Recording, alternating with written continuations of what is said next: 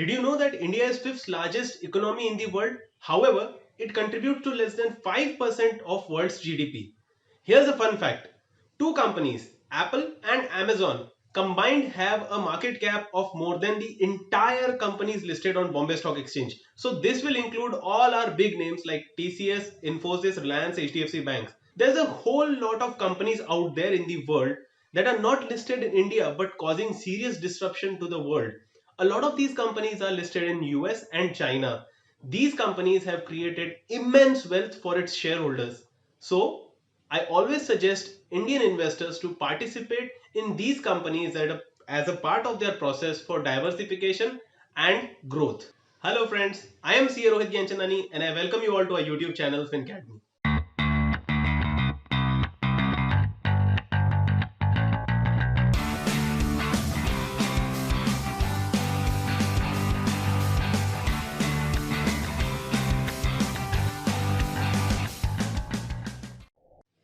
So today we are going to discuss about an interesting NFO that came out from Mirai Asset Management Company. The name of this fund is Mirai Asset NYSC FANG Plus Index Fund. So let's try to understand what this fund has to offer to our investors and what are its all the basic things as well as the complexities and whether you should or should not invest in this fund. So let's go.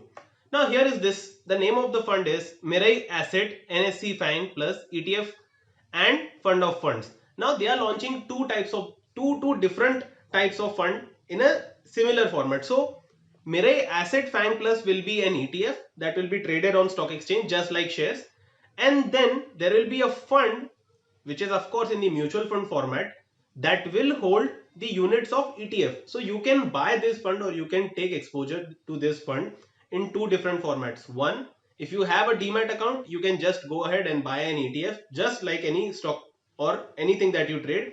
If you do not have a demat account and you just want to, do not want to open it or you want to buy it as a mutual fund, then you can definitely buy a fund that in turn buys these ETFs only. So you have two choices. In this video, essentially the portfolio and everything is same. So in this video, I'm going to talk about it from a mutual fund perspective. Right? So let's go. Now here is a standard disclaimer. Okay. This video is only for educational purpose. You cannot take it as an investment advice. Second, the video is not sponsored by anybody, neither Mirai Asset Management nor any other group or channel or anything. This is purely for educational purpose, and all the views that I have expressed here are for educational purpose only and my personal views. Third, all the discussion, all the slides, all the PPT or whatnot documents that I share with you are taken from AMC's and SEBI's website. I have not created any of them. All of them are taken from the asset management, that is Mirai's website, or from SEBI's website. All the links of those documents I'll give in the description of this video, right? So let's begin. Now, what exactly are we going to cover in this, in all the analysis and everything? So here is an index. The basic details about the scheme. So whether it is an open-ended fund or an active managed fund or whatnot, all those things. Then where will this scheme invest? This is really important. Research about this scheme. So research, we will in-depth analyze what all information Mirai Asset has given us and what is mentioned in their scheme information document that they have filed with SEBI. Pros and cons of this NFO. Who should invest in this scheme? For which investor, what kind of investor this scheme is suitable? My personal take on this NFO, what I feel about this scheme, and the $1,000,000 question, that is, will I invest my personal money in this scheme? Right? So video may be longer, but do watch the entire video to get the entire gist of this particular NFO. Now let's begin. Now these are the very basic details of the fund. Fund is an open-ended fund, meaning you can buy and sell, you can redeem or invest in any point of time. There is no lock-in. Management type is passive. So fund manager is not going to, take a lot of calls on his own. There is an index. He will just buy shares in the same proportion of index. It is just like any other index fund.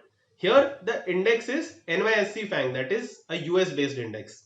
So the objective of the scheme is to invest in the index in the similar proportion. Now we will talk what is the proportion and all those things we are going to talk in the further slides. This is the benchmark. So like for a lot of large cap funds, the benchmark is Nifty 50, TRI, all those things. For this fund, since it is an index fund, it will invest in this particular fund, this particular index, that is NYSE FANG. So that itself is going to be the benchmark, right? So these are the basic details. Now, where will this scheme invest? This is really important.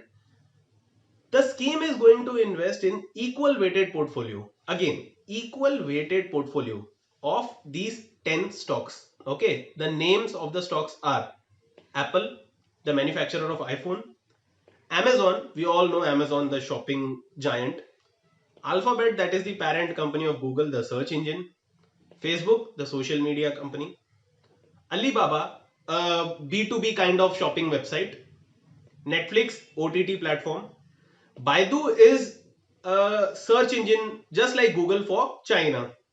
Then there's Twitter. We all know Twitter, the social media platform. Tesla, electric car manufacturing company, and innovative. So all of these are innovative companies, and Nvidia is a graphics card manufacturing company. Okay. Now let's understand the thesis. Okay, what is the thought process of this fund? So let's begin with our important part, that is research. So I'll just load a product presentation that was shared with us from Mirai Asset Management. So here is a product note now. Now I have marked some important points here. The product note is really huge, but I have made a summary. I have marked the important pages, and then we are going to discuss only those pages. Now here, as you can see, it mentions opportunity to take focused exposure in global innovation leaders. All these companies have been disruptors, they have been innovators. Everything, right from self-driving cars to delivering your package in one day through drones and everything. Amazon, you say, Apple, all these companies, so Netflix, all these have been disruptors and they are innovative leaders. Now, how are they innovative leaders and everything? Let's see further. So here is an important data point. The total revenue of some of the largest Indian companies, right? So largest Indian companies, one of them is ONGC. Okay, then there is this Oil India Corporation, SBI, is close to 70 billion or 50 billion, in that range. Amazon has spent $23 billion just in its R&D, only for research purpose, to innovate new things. Okay, so whatever is the revenue of some of the largest Indian companies, 50% of that Amazon spends just on research and development. So think about the things that they are going to do. Okay, same is the case with Alphabet, 16 billion, then Apple 12 billion. All these companies are serious spenders on R&D. Now here is again a very interesting data point. Okay, not only these companies do a lot of research on their own, but they also acquire a lot of startup companies in across the segments. So let's try to understand this. Nvidia has spent close to 48 billion USD, okay, in acquiring and investing in other companies. Okay, now the total amount of money spent by these companies is close to 176 billion dollars. Here is the comparison. Reliance Industries, which is the largest listed company in India, has a total market cap of 181 billion. So let me put it to you in this manner. Whatever is the largest market cap company in India, close to similar amount is spent by these 10 companies collectively just to acquire new businesses. Imagine the kind of money they are dealing with. Imagine the kind of things they are building. Here, again, the number of companies acquired and number of companies invested are given here. But let's not go in too much detail and discuss it. I can just give you one or two numbers. Now, Alphabet has acquired 229 companies. Acquiring basically means buying a different company, and they have invested in 109 companies separately. So they are now roughly close to 350 companies they've invested and they've acquired. Already Google is such a big thing. They have maps, they have whatnot, and then they have acquired 350 more things. Is that right? So these what do these companies do? They basically do a research on their own, but not only that, they also go out, look around in the world, and then they see, okay, whether there is a company, whether there is a company that is causing serious disruption, whether there is a small business, whether there is a small startup that is making a change, and then they go out and buy it. Is that clear? Such is the kind of moves that these companies make.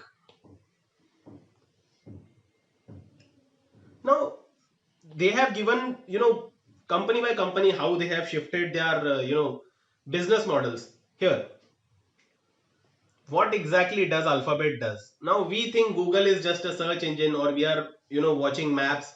They are showing us route from here and there. Then there is this YouTube, which is a video platform. Then there is this Android, which is completely free. Anybody can install it. All those things. What exactly are they doing? When you talk about maps, okay, not only they help you show the route from destination A to B, Google is building that so amazingly that they have a company called Waymo, which is into self-driving cars. So next level integration will be Waymo getting integrated with maps. So you won't need a driver. Your car will basically drive on its own using Google Maps. Is that clear? All of these things. So again, there is this example of Twitter. How does a Twitter make money? Now I am very active on Twitter platform, but I don't know how it makes money. See, first it does advertising. Okay. Then there are promotional tweets. You can promote your tweet. Promoted accounts, promoted trends. If you want to trend something on Twitter, you basically have to pay money to Twitter and they will make it trending in whatever section of the country, whatever state, entire world, whatnot. All these things are there.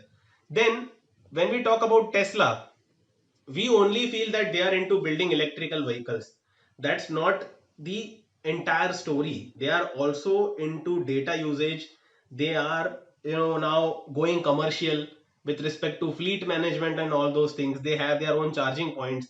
Then they have the solar energy business, whatnot. All those things that we have never heard of. So they are all doing this also. But all that we know is Google is a search engine and Twitter is a social media. We don't know about their business models.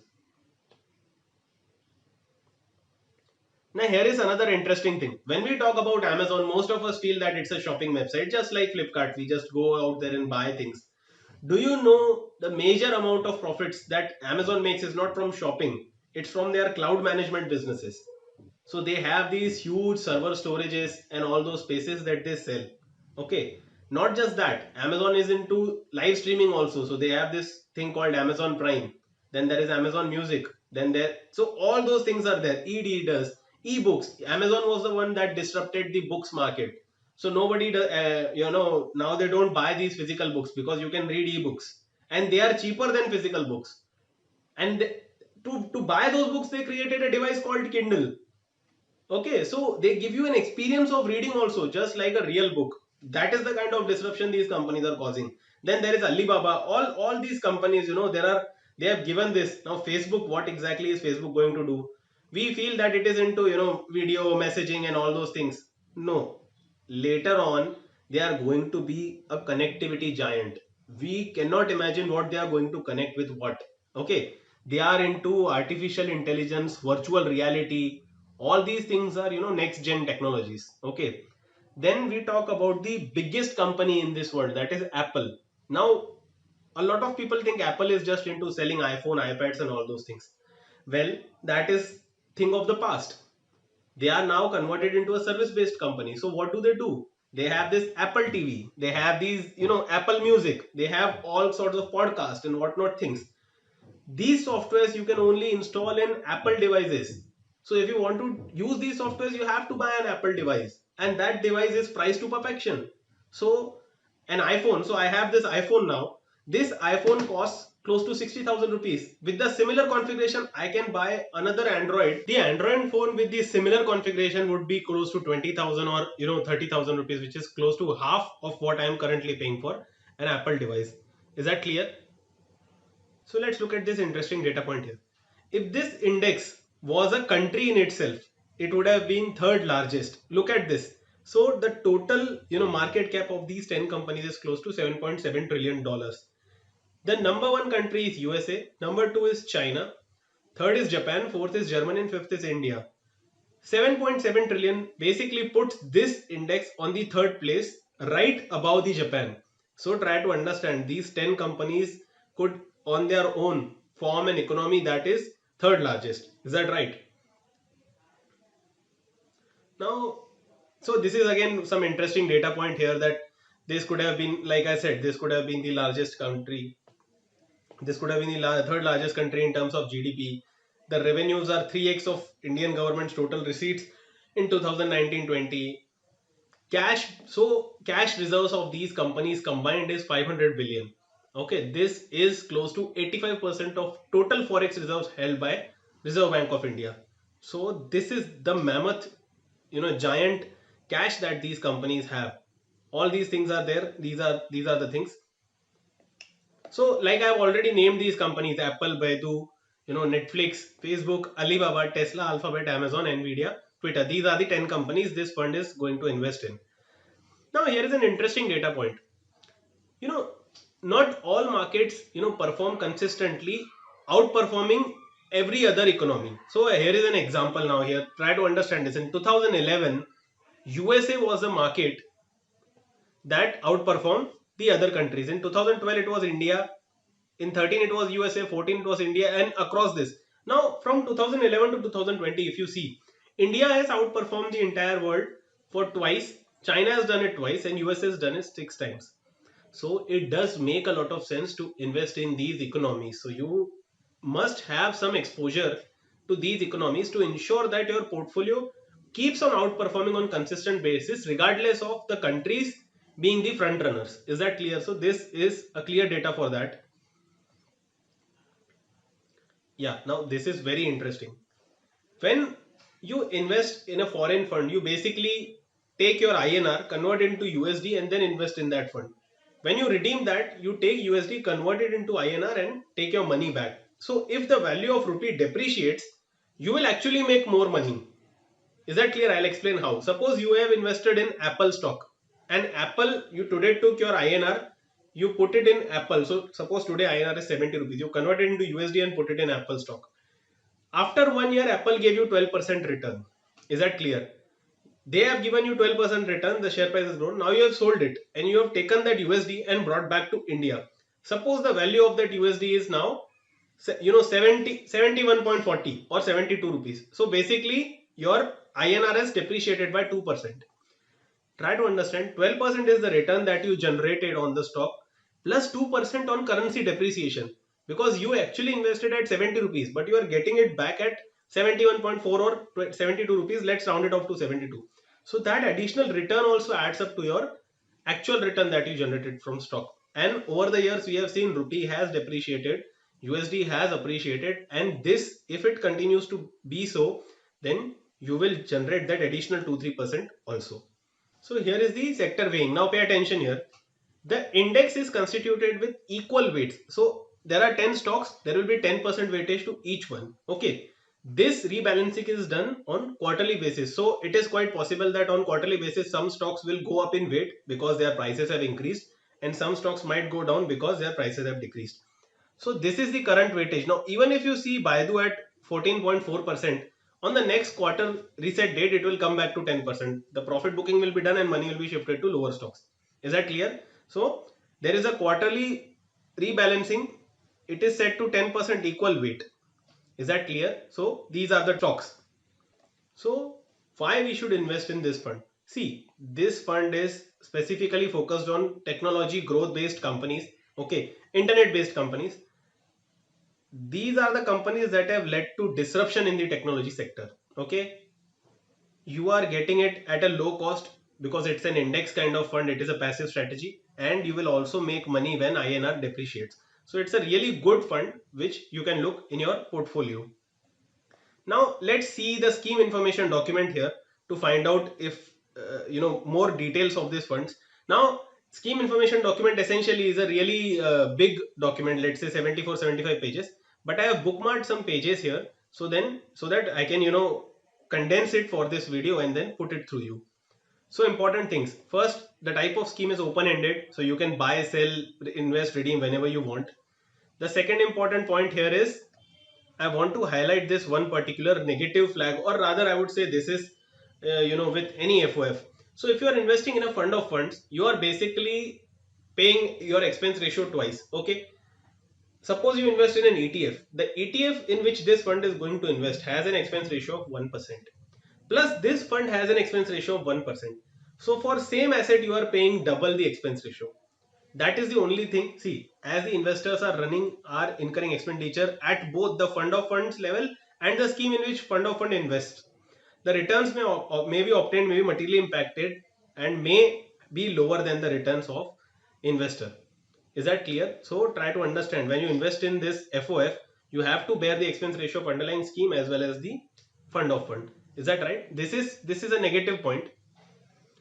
Now here we can see the asset allocation objective. So asset allocation basically is they are going to invest 95 to 100% money in that ETF only. Whatever ETF they are going to launch, in that they are going to invest. Only 0 to 5% they are going to keep to manage the liquidity. Maybe there is a redemption or anything like that. Only for those reasons they are going to keep that 5%. Otherwise it is fully deployed. Now you can see the scheme is not allowed to invest in any of these instruments: securitized debts, derivatives, corporate debt strategies, credit default swaps, all these complicated instruments, they are not allowed. They are going to simply invest their money in this ETF, and that's all. So it's a really simple asset allocation. Here are the NFO details now, pay attention. The NFO is going to start on 19th of April 2021. It will close on 3rd of May, and unit allotment will be, let's say 10, so it will be on 10th of May, I guess. Unit allotment will be on 10th of May. The unit is being offered at 10 rupees per unit, and minimum subscription that you can apply for minimum is 5,000 rupees. This is really important now. So this is a equity fund. We are essentially investing in a commodity, in a unit, in a share that is equity linked. But the tax treatment of this fund is according as per debt mutual funds. Now I don't understand the reason for this, but let me clarify this to you. Debt mutual fund has two types of gains. One is short term capital gain, another one is long term capital gain. If you have invested in the fund for 3 years or less than that, then it is considered as short term capital gains. They will be taxed as per your income tax slab. Whatever is your slab rate while filing your ITR, that at that rate it will be taxed.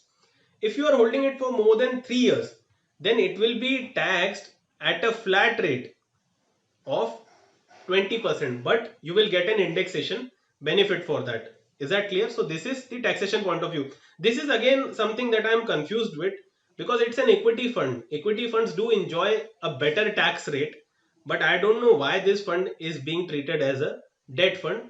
Nevertheless, this is the tax treatment. Now let's go back to our presentation. So here are a few pros and cons that I have identified. Now let's see pros. Number one, it's a low cost option for global diversification. It's an index fund. At a very low cost, you are getting to diversify into all these huge companies. So that's a pro. Invest only in proven tech disruptors. All these companies are proven companies with a decent track record. Companies are well known and consumer focused. None of this is a government run company, or there are no regulations or anything like that. Anything like PSUs which can be controlled. They are completely consumer focused. Passive management, there is no active calls from fund manager. He simply has to copy that portfolio. So there won't be any major deviation in the performance. INR depreciation will lead to higher gains. This I have already explained this to you. Now cons. Like I said, this is a fund of funds, so it will have to bear the expense ratio of underlying as well as this particular fund. So that is a con. Concentration risk is involved. This I find very important.